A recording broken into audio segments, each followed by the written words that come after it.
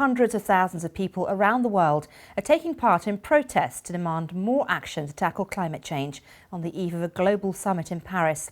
In the French capital itself, where demonstrations have been banned following the terror attacks 2 weeks ago, police used tear gas against protesters who threw objects at them in the Place de la République. Sophia Tran-Thomson has more.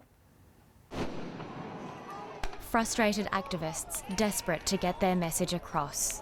Environmentalists in the French capital had planned to march today ahead of the opening of the Global Climate Change Conference just outside their city.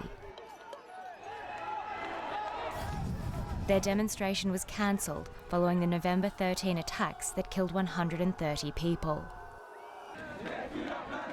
But there were several hundred, undeterred by the security threat, who came out to demand climate action. Instead of marching, others silently demonstrated by placing around 20,000 pairs of shoes in the street to symbolise their presence. Where we go? The shoes laid out included those of Pope Francis and United Nations Secretary-General Ban Ki-moon.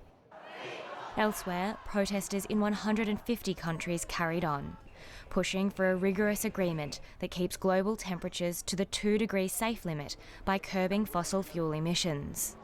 Climate change is going to affect absolutely everyone, but vulnerable habitats like the Arctic are seeing more warming than anywhere else. The Arctic is warming twice as fast as somewhere like here in London. They're losing about 13% of the ice sheet up there per decade. So it underlines that climate change isn't going to happen in the next generation. It's happening now, and we need action now.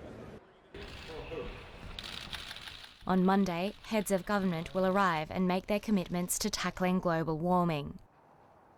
The last climate conference this big, in Copenhagen in 2009, collapsed because difficult issues were left until world leaders arrived at the end of the summit. That led to widespread protests and anger. 183 out of 195 nations have promised to curb emissions ahead of this crucial gathering. So hopes for a successful, universal climate pact are higher than ever. Sophia Tran-Thomson, BBC News.